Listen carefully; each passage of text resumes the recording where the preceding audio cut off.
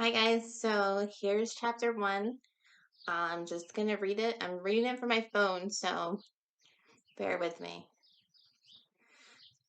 Chapter one, published December 11th, 2021. 20 years today. Continuous unconditional sobriety. For my own reasons, I've not shared posts like this, but I recently read something that changed my mind. We recover loudly so that others don't have to suffer silently. 20 years and 4 days ago, I was released from a North Philadelphia holding cell. Unshowered, hungry, cold, empty. I never got back my shoelaces that were taken upon intake, and I had sold my winter coat on the street weeks earlier for $30. No one to call. Fate put a familiar face in my path, and she helped me. Bought me a toothbrush and some lunch from McDonald's. Took me back to her house, let me shower, and gave me some clothes. After trying really hard not to, I picked up a drink some hours later. I have no memory of the next 3 days. I do remember being told that I had to go. I sit here 20 years later in a house that I own, on a couch that is mine, with blankets draping my lap. My body is clean, my belly is full, and I am warm. Shoelaces, check. Winter coat, even gloves, scarf, and a hat. Rich where it matters. If I can do it, you can do it. Promise. I like to reflect on the previous year when there's an anniversary. I've had numerous jobs this year before starting my own business and deciding to build a life that I love, in spite of people thinking I'm crazy. I've watched my daughter grow in both size and confidence after going through some things that would be hard for anyone, let alone a 10-year-old. I've looked in the mirror and faced some painful, ugly truths. Someone I love allegedly took the life of someone they loved, and less than 3 weeks later, the man I loved chose to not choose me on our anniversary. I choose love anyway, because I've paid the price of not. Now I face something I've been running from most of my life, writing. I've already been told by someone in my family that they will not read this. They don't want to know my darkness, which inherently implies that they don't want to know their own. It also assures me that they will never fully know my light and therefore me, and that's okay. Somehow it just further confirms to me that this is something I have to do. And here we are. Each experience brings with it an opportunity to relate and share with others. At the end of the day, In Bloom is about me and you being in bloom. As cheesy as it may sound, I am the first garden I must learn to care for. Though I believe that ultimately only this moment matters, history can be a valuable tool in changing the present. I lived in New York City for a time where I studied writing. We were to write a short story about anything we wanted to.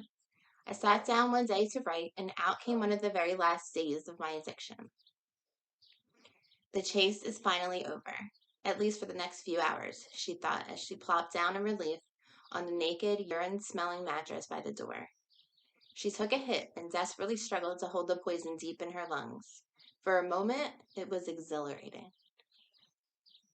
What she imagined heaven must feel like, light and free, limitless. She exhaled only because her body forced her to, and as she did, she warped into numbness mode. She needed that numbness. It was the only weapon she had left to fight life.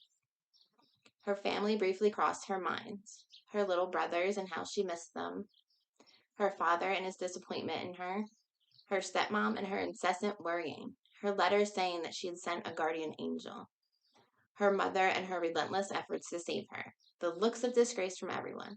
But with a sip of a warm, foamless quart of beer, she swallowed those thoughts right down. The pain of remembering that there were people out there that she mattered to was too much to bear. She knew she was unworthy of love and figured that they would all eventually realize it too, if they hadn't already.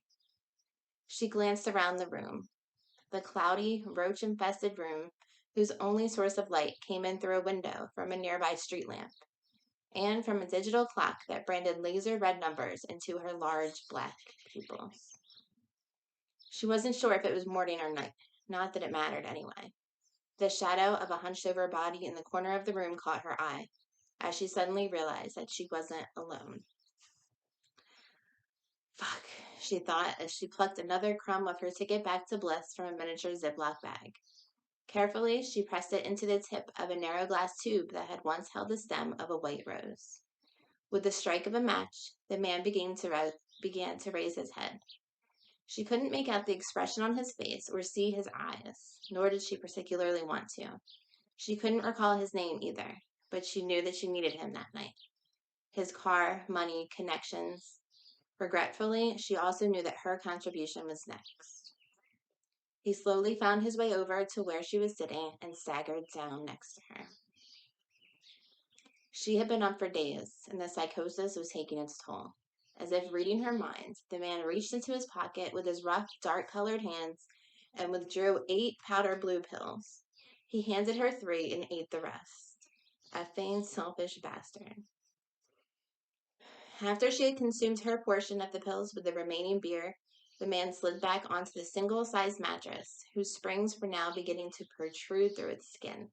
He clutched her shoulder, pulled her back, and they began her part of the unspoken bargain. She was on her back with her limp head resting to the side. Hurry up. A cockroach darting across the wall caught her eye. Then another and another. They reminded her of a time when bugs would set her curiosity in motion. She would follow them around and watch them closely, wondering where they were going and what they were doing. Oh, God, please hurry up. As tears almost welled up in her eyes and almost made their way down her sunken-in cheeks. This, she knew, was what hell felt like. My answer to life.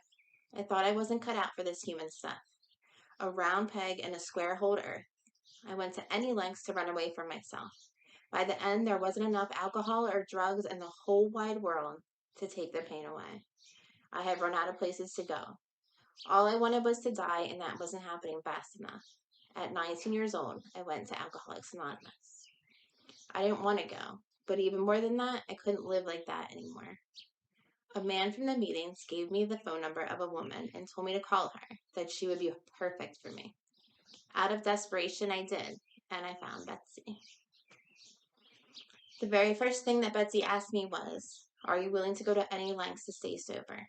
I was. I was beaten.